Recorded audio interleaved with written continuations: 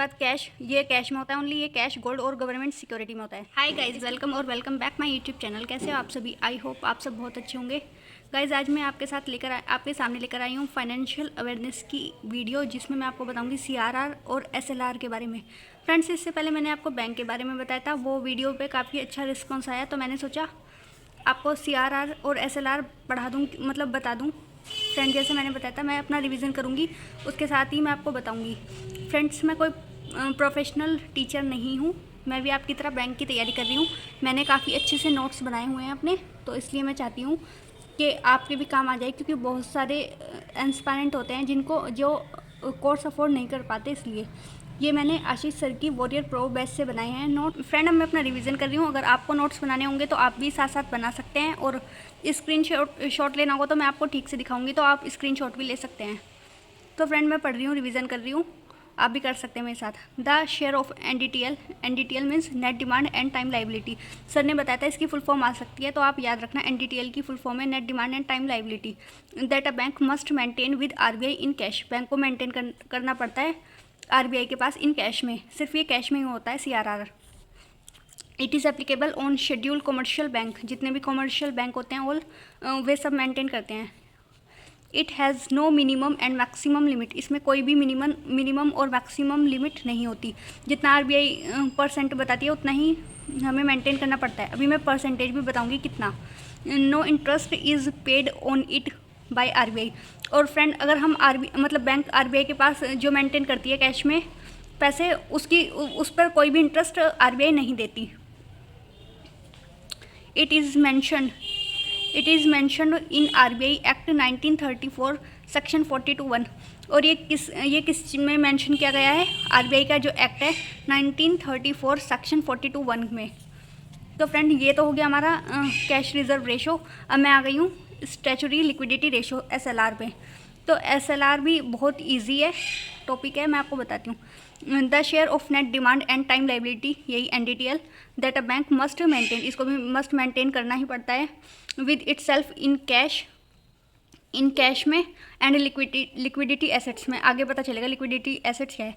Friend, यहाँ पे आपको अंदर समझ में आ रहा है? यहाँ पे तो सिर्फ आपको कैश में करना है, लेकिन यहाँ पे कैश में और लिक्विडिटी एसेट्स में करना है। अभी आगे पता चलेगा क्या है, मैं आगे बताती हूँ।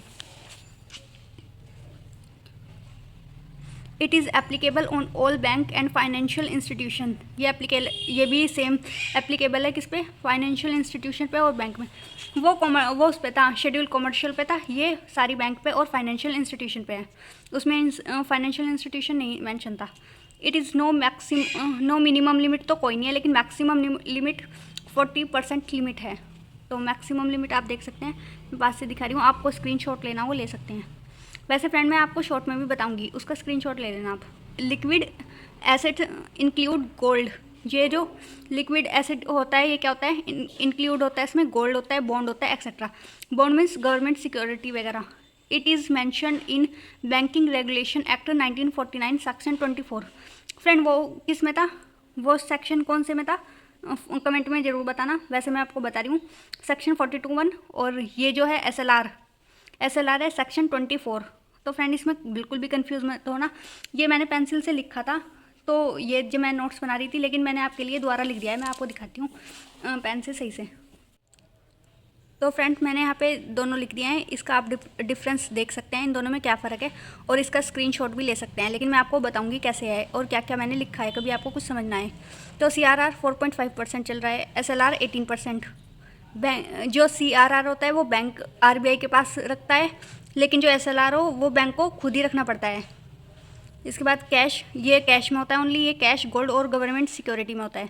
इसकी मिनिमम और मैक्सिमम कोई लिमिट नहीं होती। SLR की मिनिमम तो कोई लिमिट नहीं होती, लेकिन मैक्सिमम 40% लिमिट होती है।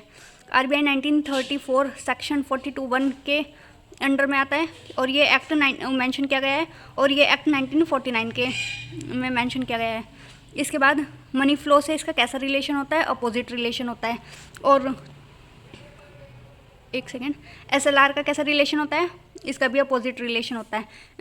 कैलकुलेशन बाय NDTL, ये भी कैसे कैलकुलेट होता है? NDTL पे, और SLR भी NDTL पर होता है, इसलिए मैंने सेम लिख दिया। आप लिख लेना अपने नोट्स में, डेली बेसिस। और फ्रेंड, सबसे इंपॉर्टेंट बात, ये दोनों डेली बेसिस पर ही कैलकुलेट होते हैं। तो फ्रेंड आज आप स्क्रीनशॉट ले लेना, और आपको ये वीडियो कैसी लगी प्लीज़ कमेंट में बताना, और लाइक करना, मेरी वीडियो को शेयर करना। और मैं ऐसे ही किसी और टॉपिक पे वीडियो लाऊं, या आपको कोई नोट्स नहीं बने हुए हो तो आप बता देना मुझे, क्योंकि मेरे सारे ऑलरेडी बैंक के जितने भी नोट्स होते हैं मेरे सारे कंप्लीट हैं। आप मुझसे कुछ भी नोट्स ले सकते हैं तो मैं आपको प्रोवाइड कर दूँगी।